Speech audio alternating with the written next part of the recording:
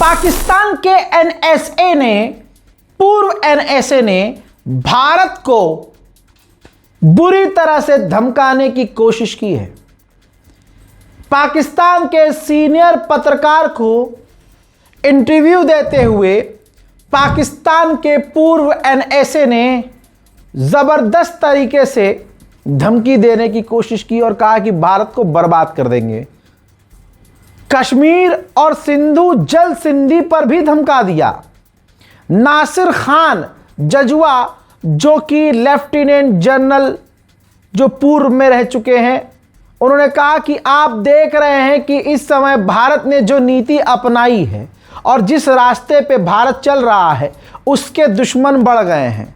जो भविष्य में महाशक्ति है यानी चाइना और पाकिस्तान, उसको जोरदार झटका देंगे। चीन लगातार आगे बढ़ रहा है और इंशाल्लाह पाकिस्तान भी आगे बढ़ेगा और ताकत के जोर पर हम समय आने पर कश्मीर और जो पानी का मामला है वो भी हल कर लेंगे। यानी खुले तौर से धमकी दी है और धमकी दे रहा है पाकिस्तान, और यह बात हकीकत है कि पाकिस्तान का साथ पूरी तरह से हर हाल में चाइना देगा। यह बात अलग है कि चाइना के आगे मोदी सरकार नतमस्तक है और चाइना से रिश्ते ठीक कर रही है, लेकिन चाइना का हाथ पकड़कर पाकिस्तान भारत को आज धमकी दे रहा है। हजरात मोहतरम, अब आप सोच के देख सकते हैं कि फिर मोदी सरकार जो लाल आंख दिखाने की बात करती थी, इस चाइना के साथ रिश्ते ठीक क्यों कर रही है। सलाम, नमस्ते, सत श्री अकाल। मैं हूं रजा और आप देख रहे हैं रजाग्राफी की सबसे खास रिपोर्ट, अंतरराष्ट्रीय प्राइम रिपोर्ट। पूरी दुनिया की तमाम बड़ी खबर आसान और सिंपल भाषा में एक वीडियो के अंदर। उधर पाकिस्तान के प्रधानमंत्री चीन के दौरे पर जाने वाले हैं। शहबाज शरीफ ने कहा है CPEC 2.0 पर बात करेंगे, $5 मिलियन टोटल कीमत होगी। ऐसी 100 से ज्यादा डील करेंगे जिसमें हमारी agriculture, IT sector, advance technology पर हम साइन करने वाले हैं डील। ऑपरेशन सिंदूर के बाद पाकिस्तान ने अपना एयर स्पेस भारत के लिए बंद कर दिया था। एक लंबा समय बीत चुका है। पाकिस्तान ने एक बार फिर से जो भारत के लिए एयर स्पेस बंद किया गया था, दी गई सीमा के मुताबिक, टाइम के मुताबिक 1 महीना और बैन भारतीय एयरलाइंस के लिए अपने एयर स्पेस को बंद करते हुए समय को बढ़ा दिया है। पाकिस्तान जिस JF-17 पर फुदक रहा है, 2 दिन पहले कामरा एयरबेस के करीब JF-17 क्रैश हो गया। ये रहे उसके सबूत। जी हां, पायलट सेफ है क्योंकि उसने इजेक्ट कर लिया था, यानी उसने अपने आप को उस जहाज से इजेक्ट कर दिया था। लेकिन आपके सामने तस्वीर मौजूद हैं। JF-17 की रैंकिंग पर इससे ज्यादा असर पड़ने वाला है। पाकिस्तान के लिए बड़ी सिरदर्दी बलोच लोग हैं। बलोचिस्तान के इलाके में जो पाकिस्तान के हिस्से में आता है, वहां पर बलोच लड़ाके हमला कर रहे हैं पाकिस्तान फौज के ऊपर। अफरा तफरी का माहौल है और बलोचिस्तान का इलाका पाकिस्तान के लिए इंपॉर्टेंट इसलिए है क्योंकि सोने की खदानें और साथ ही रेयर अर्थ मिनरल वहां मौजूद हैं। तो पाकिस्तान ने क्या किया है, अपने बलोचिस्तान के उस इलाके में रेयर अर्थ मिनरल जहां मौजूद हैं, वहां पर भारी मात्रा में उसने अपनी फौज तैनात की है। लगभग $1 ट्रिलियन के वहां सोना, चांदी, रेयर अर्थ मिनरल का मामला है। इस वजह से पाकिस्तान ने अपनी फौज भारी मात्रा में वहां तैनात कर दी है। उधर बांग्लादेश ने भारत पर इल्जाम लगाया है और कहा है कि हम तीस्ता और पद्मा नदी पर बैरेज बनाएंगे। बांग्लादेश के PM तारिक रहमान ने ऐलान किया है भारत की टेंशन बढ़ेगी। इल्जाम भारत पर यह लगा दिया है कि जो पानी भारत की तरफ से हमारे पास आता है, भारत उस पर बैरेज बनाकर पानी को कम कर देता है, ज्यादा पानी खुद ले लेता है। सूखे मौसम में पद्मा नदी में पानी का बहाव कम हो जाता है, क्योंकि भारत सीमा के पास बने बैराजों के जरिए नदी के ऊपरी हिस्से से पानी निकाल लेता है, जिससे हमें पानी कम मिल रहा है। लिहाजा हम भी इसी तरह के बैरेज बनाएंगे, और अगर बांग्लादेश बना लेता है बैरेज तो उल्टा भारत को पानी की कमी हो सकती है। नेपाल की जो नई सरकार बनी थी उसने भाई बहुत ड्रामे करे। भारत के लिए मुसीबत तब पैदा हुई जब बॉर्डर पर सिक्योरिटी बढ़ा दी। 12 केले भी अगर कोई भारत से लेके जा रहा था तो भाई उस पर भी भारत के सामानों पर टैक्स लगा रहा था।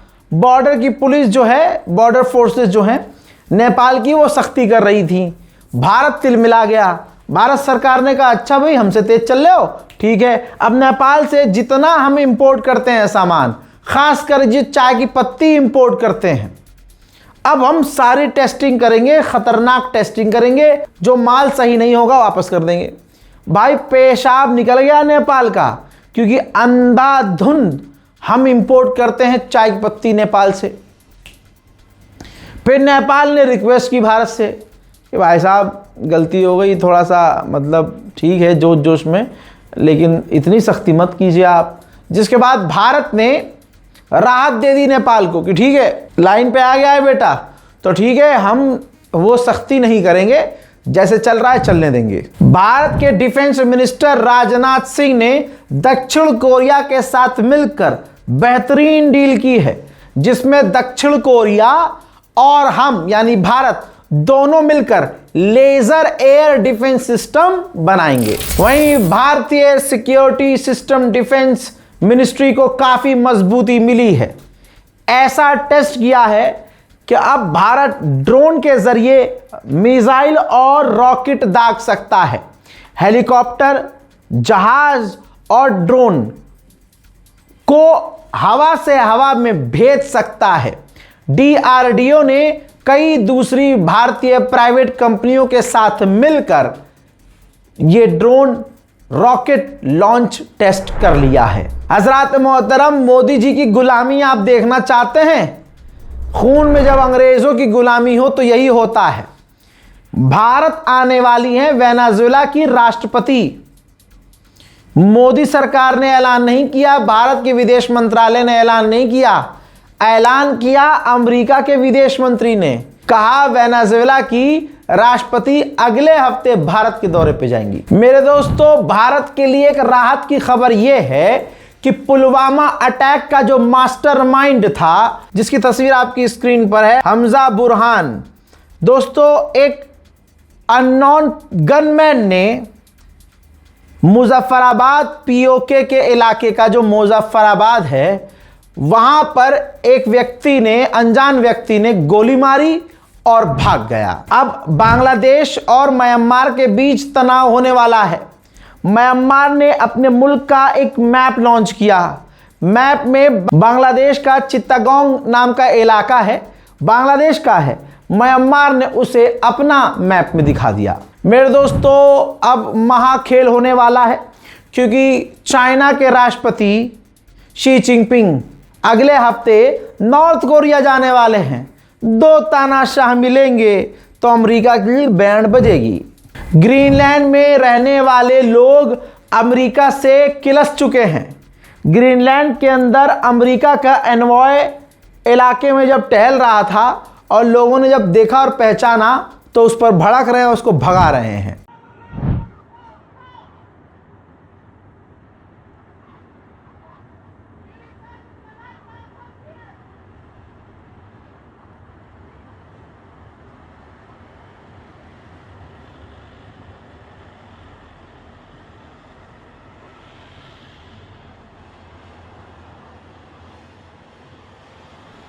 जब डोनाल्ड ट्रंप शी जिनपिंग से मिलने आए थे चाइना, तो यह भी बात हुई थी पेंटागन के चीफ भी चाइना आएंगे।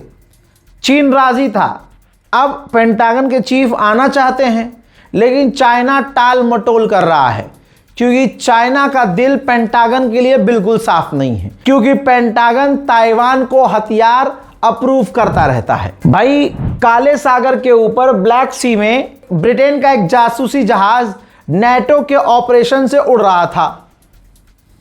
रशिया के 2 Su-35 हीरो स्टाइल में अचानक से पता नहीं कहां से आ गए और ब्रिटेन के जासूसी जहाज को बीच में ले लिया और खतरनाक स्टंट मारने लगे। इतने स्टंट मारे कि ब्रिटेन के जासूसी जहाज को वहां से भागना पड़ा। आइए अब मैं आपको यूक्रेन और रूस का कुछ मंजर बता दूं। भैया बहुत अंदर घुस के यूक्रेन ने एक रूस की ऑयल रिफाइनरी को उड़ा दिया। उधर ज़ेलेंस्की ने एक वीडियो जारी करके बेलारूस के राष्ट्रपति लुकाशेंको को धमकी दी है कि अगर रूस की तरह तुमने कुछ गड़बड़ करा, कोई हरकत की, तो हम खतरनाक जवाबी कार्रवाई करेंगे। फिनलैंड के राष्ट्रपति ने कहा पहले जैसा अब कुछ नहीं हो सकता। रशिया ने यूक्रेन पर हमला किया, इसी के बाद हम नेटो में शामिल हुए। उधर दूसरी तरफ रशिया न्यूक्लियर ड्रिल कर रहा है, मिसाइल दाग रहा है, रॉकेट दाग रहा है और अपना आक्रामक रूप दिखा रहा है। इसके बाद व्लादिमीर पुतिन सामने आए। उन्होंने कहा कि न्यूक्लियर ड्रिल कर रहे हैं हम, इसका मतलब ये नहीं है कि न्यूक्लियर हमला करेंगे हम। न्यूक्लियर हमारे डिफेंस के लिए है। न्यूक्लियर का मतलब ये नहीं है कि न्यूक्लियर की हम नई दौड़ शुरू करें। यूक्रेन के विदेश मंत्री ने एक फोटो शेयर किया है, सेल्फी। इस सेल्फी में बहुत बड़ी चीज़ है जो इस वक्त बहुत हॉट टॉपिक बना हुआ है। यूक्रेन के विदेश मंत्री आंद्री सेबिहा ने ये जो फोटो पोस्ट किया है, इसके पीछे जो आप फाइटर जेट देख रहे हैं, ये स्वीडन का JAS-39 Gripen advance fighter jet है। यानी इससे साफ हो गया है कि स्वीडन का advance Gripen fighter jet Ukraine को स्वीडन ने सौंप दिया है। उधर यूरोपीय यूनियन को उम्मीद है कि यह जंग 2026-2027 के आखिर तक भी चलती रहेगी। मेरे दोस्तों, लातविया के एयर स्पेस में एक ड्रोन एंटर हुआ और अभी उम्मीद यही जताई जा रही है कि यह ड्रोन रूस का नहीं बल्कि यूक्रेन का ही हो सकता है। अब उस ड्रोन को मार गिराने के लिए नेटो ने लातविया में अपने फाइटर जेट उड़ाए हैं। नेटो के चीफ से सवाल पूछा गया कि अगर रशिया ने यूक्रेन में परमाणु इस्तेमाल किया तो फिर आप क्या करेंगे। नेटो के चीफ ने बहुत सख्त लफ्जों में धमकी दे दी। कह दिया कि पुतिन को पता है कि अगर यूक्रेन में परमाणु इस्तेमाल किया तो इसका रिजल्ट काफी खतरनाक होगा। नेटो की चीफ ने चीन को भी लपेट दिया और कहा कि हम जानते हैं कि चाइना रूस को ऐसी चीजें दे रहा है जिसका रशिया अपनी मिलिट्री और हथियारों में इस्तेमाल कर रहा है। उधर आर्मेनिया ने 6 रूसी नागरिकों को जेल में डाल दिया है। इल्जाम ये लगाया है कि ये रूस के लिए जासूसी कर रहे थे। आप अंतर्राष्ट्रीय प्राइम टाइम रिपोर्ट देख रहे हैं। अक्सर लोग कह रहे हैं रजा भाई भारत की भी कुछ छींटे दे दिया करो कि भारत में क्या चल रहा है। तो मिडिल ईस्ट रिपोर्ट में कोई भी रिपोर्ट होती है, बड़ी बड़ी भारत की खबरें मैं आपको बता ही देता हूं बीच में घुसा के। अब लीजिए, भारत में अगर आप रहते हैं तो मुसीबत दिन प्रतिदिन झेलने को तैयार हो जाइए। दोस्तों 5 जून को तगड़ा झटका लगेगा। दोस्तों मिडिल ईस्ट के तनाव में मामला अब यह है कि तेल की कीमतें ऊपर जा रही हैं। पेट्रोल डीजल के दाम में अभी तक 2 बार बढ़ोतरी हो चुकी है और आगे भी महंगाई बढ़ेगी। लेकिन इन सबसे ऊपर प्रॉब्लम बड़ी एक ये आ रही है कि अगर आपकी किस्त चलती है, EMI चलती है, तो भाई वो किस्तें भी बढ़ने वाली हैं। दरअसल पिछले कुछ समय से भारतीय करेंसी में बड़ी गिरावट देखी गई है। रॉयटर्स रिपोर्ट के मुताबिक रुपया 1 साल के दौरान 10 से 12% गिर गया है। ऐसे में कई एक्सपर्ट रुपये को 100 के लेवल पार जाने से रोकना चाहते हैं, जिसकी वजह से RBI की बड़ी जो प्लानिंग है उसमें सिंपल प्लानिंग ये है कि भाई EMI किस्तें ब्याज दरों में बढ़ोतरी कर दी जाएगी। ले बेटा मोदी वाले तमाम मोदी वालों को मुबारकबाद, क्योंकि जितने भी मोदी वाले हैं वो तो 100% किस्तों पर चल रहे हैं। तो मुन्ना EMI अब महंगी होने वाली है। आ जाओ भैया अब सामाजिक बात करते हैं। बुरे तो दोनों ही हैं, लौंडे भी बुरे और लौंडियाएं भी बुरी।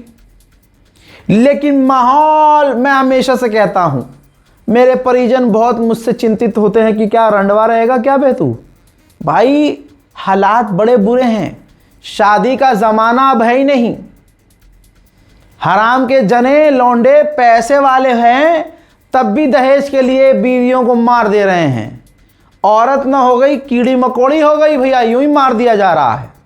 बहरहाल कहीं कहीं मर्दों को मार दिया जा रहा है। लेकिन ज़रा आप सोचिए, एक मामला आया ऐसा कि शादी के दिन ससुराल पहुंचा अश्लील वीडियो, हाथों में मेहंदी लगाए ताने पहुंच गई पीड़िता। अब आप सोचिए, एक लड़की, छतरपुर का मामला, जो शादी कर रही थी, उसके पूर्व बॉयफ्रेंड ने उसका अश्लील वीडियो, प्राइवेट वीडियो उसके होने वाले दूल्हे के घर में भेज दिया। शादी कैंसिल हो गई और फिर वो पुलिस स्टेशन पहुंच गई लड़की और कहा कि 2 साल से उसका बॉयफ्रेंड उसकी वीडियो और फोटो का गलत इस्तेमाल कर रहा है, ब्लैकमेल कर रहा है और उसने किया है। हाँ, लेकिन आप सोचिए लड़की की असलियत और उसका दिमाग। वो तब तक चुप थी जब तक उसके बॉयफ्रेंड ने उसका फोटो और वीडियो उसके होने वाले दूल्हे तक नहीं भेजा। तब तक रेप केस नहीं लगाया था दीदी ने, तब तक वो शांत थी, फुल मजे कर रही थी, उल्टा शादी कर रही थी। ऑब्वियसली उसका पूर्व बॉयफ्रेंड नहीं चाहता था कि ये शादी करे। लड़की पीछे हट गई होगी, ज़्यादा बेहतर ऑप्शन दिखा होगा, वो आगे चल रही होगी। लड़का प्यार करता होगा, उसने ये हरकत कर डाली। बहरहाल यहाँ पहली गलती क्या है कि आप अपने प्राइवेट वीडियो बना ही क्यों रहे हो भाई। जहाँ मोबाइल में कोई चीज़ सेफ नहीं है, आजकल की लड़कियां हर चीज़ को, क्योंकि पहली बात तो इंस्टाग्राम बाथरूम हो चुका है। जो लड़की जितना छोटा कपड़ा पहन कर वीडियो अपलोड करे उतना ज़्यादा वो वीडियो और वो उसका कंटेंट वायरल है। ऐसे में आजकल की लड़कियां, प्राइवेट मूवमेंट भी लड़कियों को रिकॉर्ड करने होते हैं, फिजिकल होते हुए, ये होते हुए, वो होते हुए। फिर उसके बाद ब्रेकअप होता है और लड़के के दिमाग में कीड़ा आ जाए, क्योंकि जब ब्रेकअप होता है तो प्यार से तो होता नहीं है, फिर उसका गलत इस्तेमाल होता है। दोनों ही जगहों पर, लड़का भी गलत, लड़की भी गलत। इससे बुरा और चल रहा है भगवा लव ट्रैप। हालांकि कई पॉइंट पर मैं भगवा लव ट्रैप भी नहीं मानता। हमारी मुसलमान कौम की लड़कियां इतनी गंदी हो चुकी हैं, इतनी गंदी हो चुकी हैं। जी हाँ, मैं अपनी कौम की लड़कियों को कह रहा हूं। किसी को बुरा लगे तो लगे और भाड़ में जाए, बोलूंगा सच में। खुदा की कसम, मुसलमान लड़कियों से गंदी कोई आज के टाइम में लड़की नहीं है। ज़्यादातर जो लड़कियां सही हैं, मैं उनका जिक्र नहीं कर रहा हूं, मैं कह रहा हूं कि ज़्यादातर आपको मुसलमान लड़कियां हिंदुओं के साथ अपनी मर्जी से, बुरखे वाली होगी लेकिन हिंदुओं को मजे दे रही होगी। अरे इतना ही सेक्स चढ़ा हुआ है तुम पर, तो भाई मुसलमान लड़कों से तुम ब्याह रचाओ, उनको बॉयफ्रेंड बनाओ, उनके साथ रहो, कम से कम मजहबी क्लैश तो नहीं होगा। लेकिन मेरे दोस्तों, आजकल चाहे आप उसे भगवा लव ट्रैप कह लो, मैं नहीं मानता ये भगवा लव ट्रैप है। लड़की बच्ची थोड़ी है, माहौल देख रही है। मुसलमान लड़कियों को सारा माहौल पता है, लेकिन इन तमाम चीज़ों के बाद वो हिंदू लड़के के साथ है। और अगर कोई इनको समझाने के लिए मैसेज कर दे तो भाई ये सीधा गाली गलौज करती है। तुझे क्या, तेरे बाप से क्या मतलब, तेरे से क्या मतलब, तेरी माँ का ये आज की मुसलमान लड़कियां हैं। एक मामला तो मेरे एकदम करीब, इतने करीब का कि उस लड़की को मैं जानता हूं, हमारी बात भी होती थी पहले, और बहुत बड़े क्रिएटर हैं, उनके साथ वीडियो बना रही थी, कभी जिम में जाके, कभी कहीं जाके। चलो ठीक है भाई, पता क्या चला वो खुद हिंदू लड़के के साथ है, और ऐसे कि उसने इंस्टाग्राम का नाम ही हिंदू चेंज कर लिया। नाम यहां लेना नहीं चाहता। आप क्या सुनोगे भाई, हमारी कौम की लड़कियों की हालत सबसे बुरी है।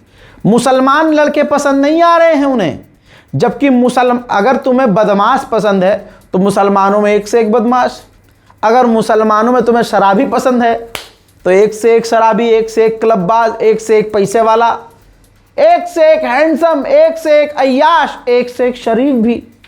लेकिन नहीं, हिंदू चाहिए जी। अब आप ये देखो, एक वीडियो है, ये मेट्रो के अंदर है, चुम्मा चाटी हो रही है, कंफर्म है कि ये हिंदू लड़का है। हमारी हिजाब वाली लड़कियों में आग देखो आप, बेचैनी देखो, कहीं भी जाकर खुलने को क्या कहूँ, अश्लील हो जाएगा ज़्यादा। अब ये देखिए एएमयू का मामला, भैया हिजाबी लड़की को स्कूटी पे बिठाकर बीच सड़क में, रास्ते में चुम्मा चाटी कर रहा है। और इधर देखो आप तीसरा वीडियो, ये भी कोई स्टेशन है, मेट्रो स्टेशन है, रेलवे स्टेशन है, भीड़ भाड़, पब्लिक स्टेशन है, पब्लिक एरिया है। वहाँ देखिए ये हिजाबी लड़कियाँ हैं भाई, रेलवे स्टेशन है हिजाबी, और मुंबई लग रहा है मुझे ये, हिंदू बॉयफ्रेंड के साथ। ले बेटा, ये है बिनते हवा।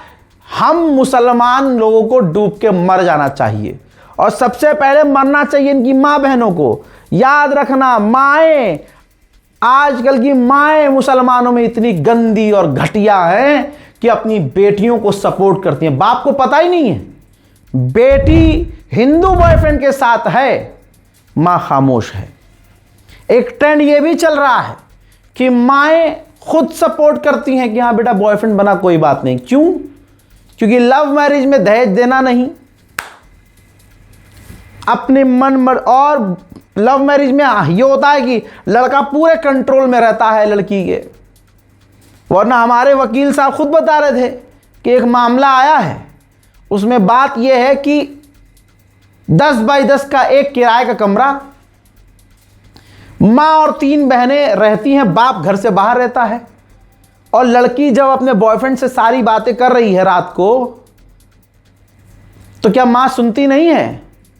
तो माँ को सब पता था, पूरी प्लानिंग करके आशिकी अपनी बेटी को करने दी, बाद में उस पर रेप केस लगाया। आगे की बातें और खतरनाक हैं, इतना ही काफ़ी है आपके लिए। तो भैया मुसलमान लड़कियों के हालात बहुत बुरे हैं। आप किसी का हिजाब देख के ये मत सोचिए ये दूध की धुरी, अरे भैया हिजाब वालियों ने ज़्यादा आतंक मचा रखा है। एक बैगी जीन्स, ढीली ढाली जीन्स, टी शर्ट, ढीले ढाले कपड़े, नंगा जिस्म नहीं लेकिन फुल मॉडर्न, ये लड़की आज की तारीख में ज़्यादा बेहतर निकलेगी हिजाब वाली लड़की के आगे। हिजाब मेट्रो स्टेशन पे पहुंच के बाजी जब उतारती है ना, जब ये उतारती हैं, ओ हो एग्जाम्पल दूं, लो भैया लो, ओम फो बेटा हिजाब वाली, ओ हो बॉयफ्रेंड से मिल ली, बॉयफ्रेंड से मिलने के बाद मॉल की ये तस्वीर है, ऐसी तस्वीरें आपको मेट्रो स्टेशन पे भी मिलेगी। बॉयफ्रेंड के साथ घूमने के बाद संस्कारी बनकर मॉल से बाहर निकल रही हैं बाजी, जल्दी जल्दी बुर्का पहना, और ये हो गई अल्लाह वाली। ये है भाई बुर्के का, आप देखिए किस तरह से दुरुपयोग। मैं 4 साल से बोल रहा हूं, बुर्के का इस्तेमाल लड़की अपनी इज्जत बचाने के लिए नहीं करती है, पर्दे के लिए नहीं कर रही है। आज की मुसलमान लड़कियां बुर्का अपना चेहरा छुपाने के लिए और अपना जो अंदर अधनंग कपड़ा पहना हुआ है ना, वो छुपाने के लिए। कहां तक छुपाने के लिए? ये खेल है। मोहल्ले से, रिश्तेदारों से, इलाके वालों से बचकर, नजरों से दूर जाकर बुर्का उतारने के लिए बुर्का इस्तेमाल किया जा रहा है। बुर्का सिर्फ मोहल्ले वालों से, कि देखेंगे तो क्या कहेंगे। और माँ बाप भी इतने हरामी आजकल कि बिटिया को टोक, क्या माँ, उनको माँ बाप को दिखता नहीं, भाई बहनों को दिखता नहीं मेरी बहन क्या कपड़े पहनती है, मेरी बिटिया क्या कपड़े पहन रही है, ये कपड़े कैसे, मतलब कौन से कितने छोटे छोटे कपड़े सुखाए जा रहे हैं। और मैं कहता हूं अगर छोटे कपड़े पहनने का इतना शौक है तो भाई बिल्कुल पहनो, ये हिंदुस्तान है। मैं इस्लाम का ज्ञान नहीं पेल रहा हूं, मैं कह रहा हूं नंगी रहो तुम, लेकिन फिर हिजाब को बदनाम मत करो, हिजाब को इस्तेमाल मत करो अपने नंगेपन को छुपाने के लिए। जब दूसरे जगह जाकर अगले मेट्रो स्टेशन पर जब तुम्हें नंगा होना है तो हिजाब इस्तेमाल इसलिए किया जा रहा है। हिजाबी लड़की को देख के आहें भर देते ना, यार माशाल्लाह वल्ला ऐसी होती हैं लड़कियां, ऐसी हिजाब वाली लड़कियों ने ज़्यादा कहर ढाया हुआ है भाई, क्या कह सकते हैं। ये हमारा मुस्लिम समाज है, क्या कहें। ये मैंने आज जितनी बात कह दी यही बात बुरी लग गई होगी, लेकिन सच बात की लड़ाई है। जो सच बोलेगा गाली सुनेगा, कोई बात नहीं, खूब गालियों की, यही सच्चाई है। बहरहाल इस वीडियो को शेयर कीजिए। अंतर्राष्ट्रीय प्राइम टाइम रिपोर्ट में आज और अभी के लिए इतना ही। जय हिंद।